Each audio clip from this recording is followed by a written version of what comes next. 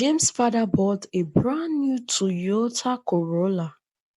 It was shining and sleek, with leather seats and a powerful engine. James was very proud of his father's car and wanted to show it off to everyone. A long time ago, there lived two best friends named James and John. James and John were best friends and classmates. They attended the same primary school in Benin City, Nigeria. They had a lot in common, except for one thing: their family backgrounds. James came from a wealthy family, while John came from a poor one. James' parents owned a big house. His father had a business of his own, and his mother was a banker. John's parents lived in a rented apartment, and they sold vegetables at the market. James and John secretly envied each other's life, not knowing the truth behind them. One day, James' father bought a brand new Toyota Corolla. It was shiny and sleek, with leather seats and a powerful engine. James was very proud of his father's car and wanted to show it off to everyone. He would rather talk about his father's car than listen to his teachers in class. He would tell stories about how fast it could go, how smooth it could drive, and how many features it had. He would boast about how his father was a successful businessman and how his mother was a banker. He would make fun of other people's cars, especially the ones that are old and rusty.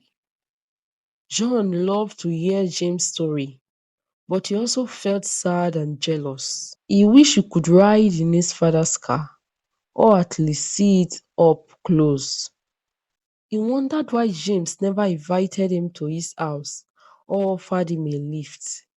He thought James was ashamed of him because he was poor and wore torn clothes. He also thought James was lucky because he had everything he wanted. John's father always warned him to sit in front of the class and pay attention to his teacher because education was the only way to escape poverty and achieve success. John tried to obey his father, but he also wanted to have fun with his friends. He even missed James' story because he was busy taking notes or even doing assignments. James and John's friendship began to suffer. James became more arrogant and selfish, while John became more bitter and resentful.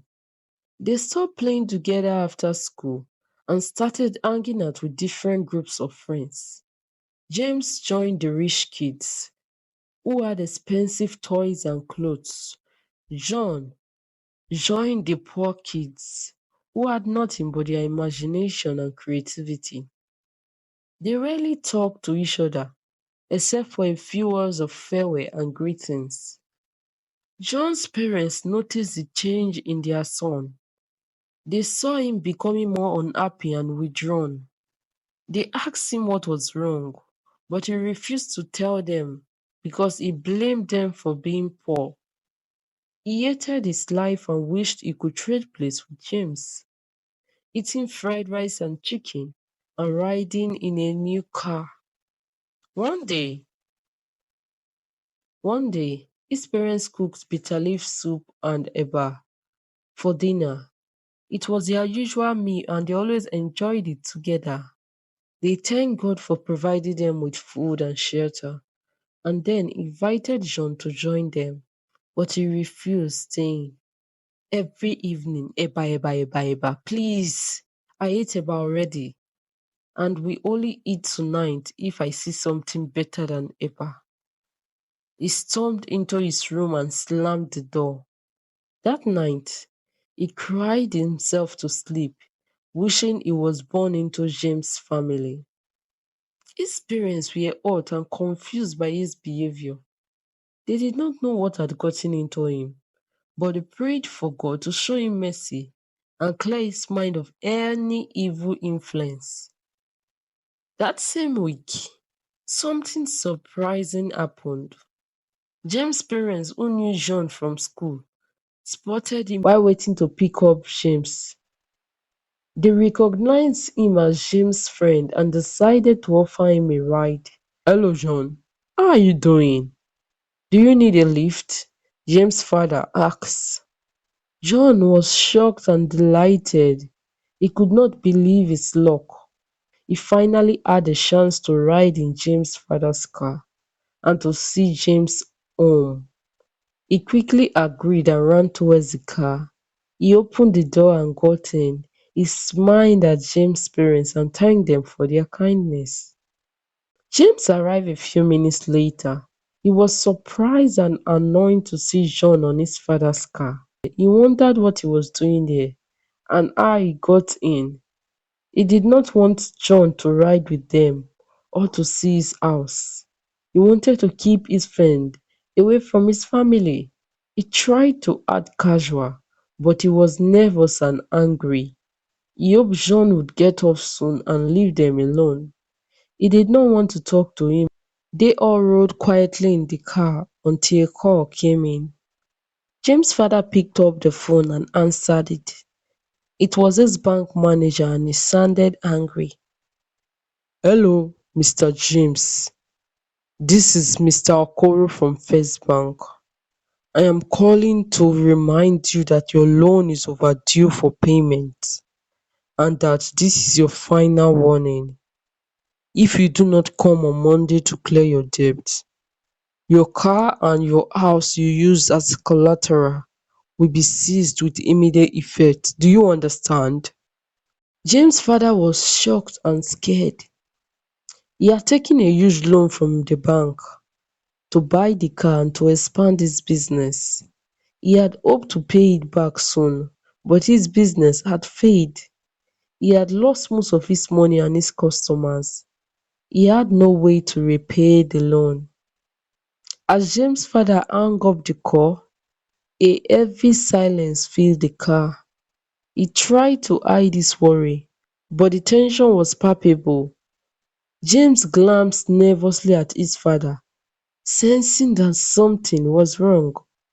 John, oblivious to the phone call, sat in awe, staring outside the window. After a few moments, James' father took a deep breath and turned to face his son. James, I need to talk to you about something important, he began, his voice laced with a mixture of concern and regret. You know how I have always taught you about the importance of hard work, perseverance, and being honest. Well, lately, things haven't been going well for our family. James knew all the truth behind his father's new car, but he listened intently as his earlier resentment towards John faded away. I made some poor business decision and now we are facing financial difficulty, his father continued, his eyes filled with remorse. The car you admire so much was bought with a borrowed money and now it's at a risk of being taken away if I cannot pay the loan. Son, I am sorry if I have been projecting a false image of success onto you. James felt a mixture of emotion, shock, disappointment and empathy for his father. It dawned on him that material possession did not define true success. The facade he had built to impress others had only led to a crumbling reality. In the midst of this revelation, James turned towards John, who was very much aware of the conversation unfolding before him. He saw John gazing out of the window. Suddenly, James felt a wave of humility as he realized that his friendship had suffered all because of the car he thought was the most precious treasure he ever had. But still, John did not leave him. John, I am sorry, James said, interrupting his father's sober voice. I have been foolish and blinded by my own security. I was so caught up in showing off that I forgot the true value of our friendship.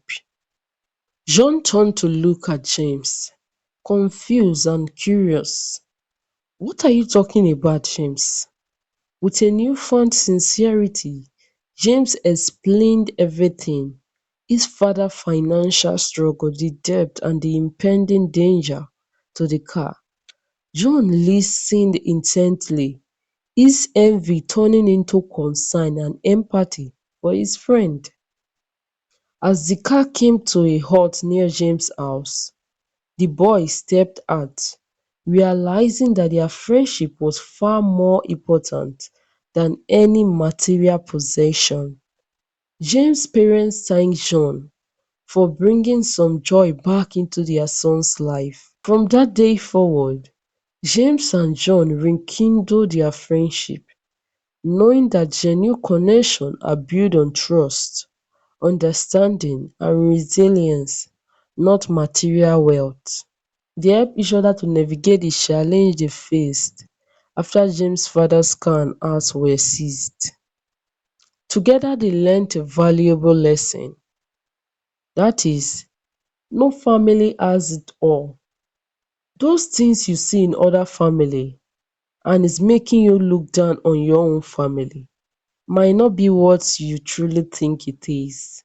Learn to be grateful for the little God has blessed your family with. And when more and more blessings are added onto your family, please do not be proud. The end. Please like and subscribe to keep watching more interesting African stories. Thank you so much for watching, guys. See you in our next story. Bye.